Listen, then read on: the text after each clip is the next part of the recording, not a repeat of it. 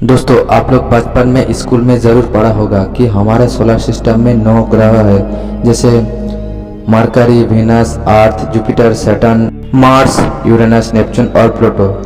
मगर अब प्लूटो को ग्रह क्यों नहीं माना जाता, चलिए जानते हैं आज के इस वीडियो में।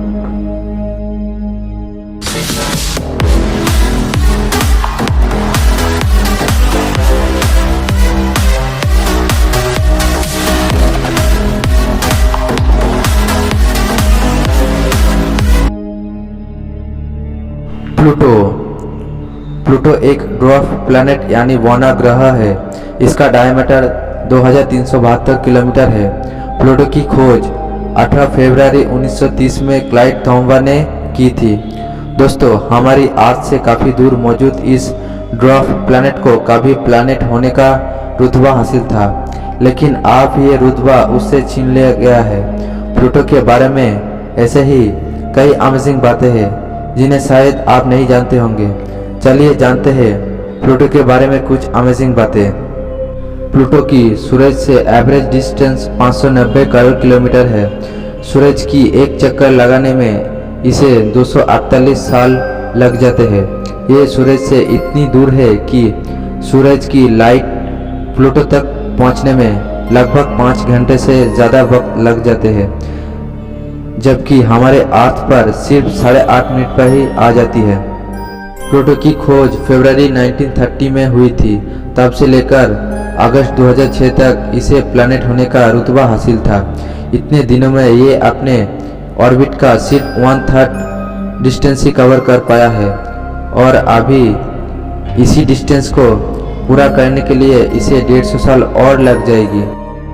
प्लूटो सूरज से बहुत ज़्यादा ही दूर है, इसीलिए यहाँ की एवरेज टेम्परेचर -229 डिग्री सेल्सियस है। प्लूटो की 1/3 हिस्सा पानी है, लेकिन यहाँ पानी एकदम जमा हुआ है।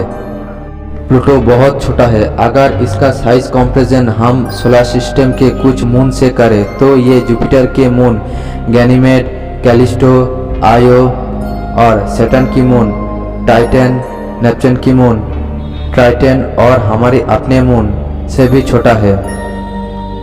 और हाँ, आपको यह सुनने में अजीब लगेगा, बट ये सच है कि प्लूटो की एरिया रसिया से भी कम है, लेकिन फिर भी प्लूटो सबसे बड़ा ड्वार्फ प्लैनेट है।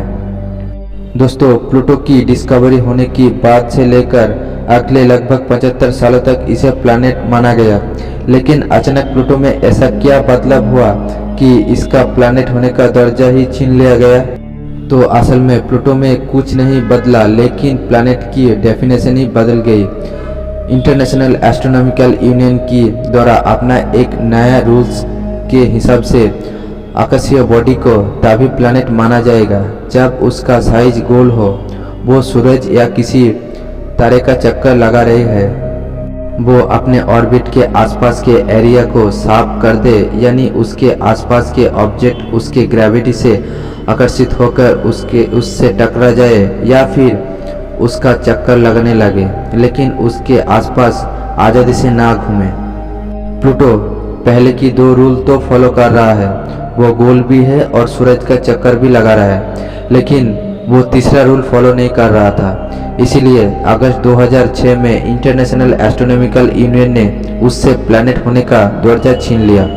लेकिन अब प्लूटो पर ज़्यादा तरस खाने की ज़रूरत नहीं है, क्योंकि अब उसके नया टाइटल ड्वार्फ प्लैनेट दे दिया गया है, और वो अकेला नहीं है, उसके फैमिली में और 4 ड्वार्फ प्लैनेट है, जिनमें से प्लूटो, मेकमेक, हेमिया और एरिस और नेपच्यून के बाद है, जबकि सीरीज एक ड्वार्फ प्लैनेट है जो मार्स और जुपिटर के बीच एस्टेरॉयड बेल्ट में पड़ता है।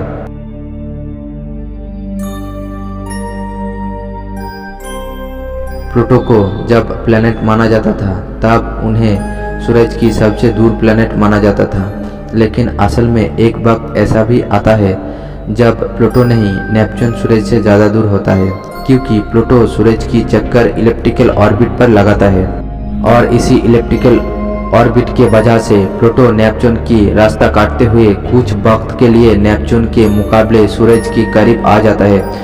1979 से लेकर 1999 तक प्लूटो सूरज के करीब जबकि नेपच्यून दूर था, और ये प्रोसेस हर 248 सालों में 20 सालों के लिए होता है। प्लूटो अपने एक्सेस पर उल्टे डायरेक्शन में यानी ईस्ट टू वेस्ट घूमता है, जबकि हम अपने अर्थ के साथ वेस्ट टू ईस्ट डायरेक्शन में घूमते हैं। इसलिए अगर इंसान कभी प्लूटो पर रहने लगे, हालांकि वहाँ पर बहुत ठंड है, मेरा मतलब हद से ज़्यादा ठंड होती है, पर फिर भी अगर इंसान उस पर किसी टेक्नोलॉजी की मदद से रह पाए तो उसे ये कहावत कि सूरज पश्चिम से कभी नहीं निकलता, आपको बादल के सूरज पूरब से कभी नहीं निकलता कहने पड़ेगी।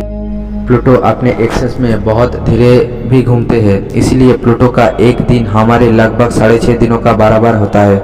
इतना छोटा होने के बावजूद प्लूटो के 5 मून है। वैज्ञानिकों का मानना है कि प्लूटो की टक्कर कभी किसी ऑब्जेक्ट के साथ हुई होगी, उसके टुकड़े बाद में इसका चक्कर लगने लगे और इसका मून बन गए। प्लूटो की सबसे बड़ा मून कैरन इससे लगभग 19,570 किलोमीटर दूरी से इसका चक्कर लगा रहा है, और ये दोनों ग्रेविटेशनली लॉक्ड है, इसलिए दोनों हमेशा एक दूसरे की एक ही सरफेस को देख पाते हैं। जैसे हमें चांद सिर्फ एक ही साइड दिखाई पड़ता है, लेकिन चांद से पृथ्वी की अलग अलग साइड देखी जा सकती है, मगर प्लूटो और कैरन एक दूसरे के सिर्फ एक ही साइड हमेशा देख सकते हैं। और मून्स और उनके प्लैनेट के कंपैरिजन में प्लूटो का मून कैरन सबसे बड़ा है, क्योंकि ये अपने प्लैनेट का साइज का आधा है, जबकि हमारा चांद पृथ्वी के साइज का सिर्फ 27% ही है। दोस्तों, उम्मीद करता हूँ कि प्लूटो के बारे में जानकारी जान के आपको अच्छा लगा। अगर अच्छा लगा तो नीचे कमेंट ज़रूर करना, और अगर आप चैनल पर नए हो तो चैनल को सब्सक्राइब करके उस बगल वाले बेल आइकन को भी ऑन कर देना, ताकि मेरा नया वीडियो का अपडेट आपके पास तुरंत आए। Thanks for watching and see you in the next video.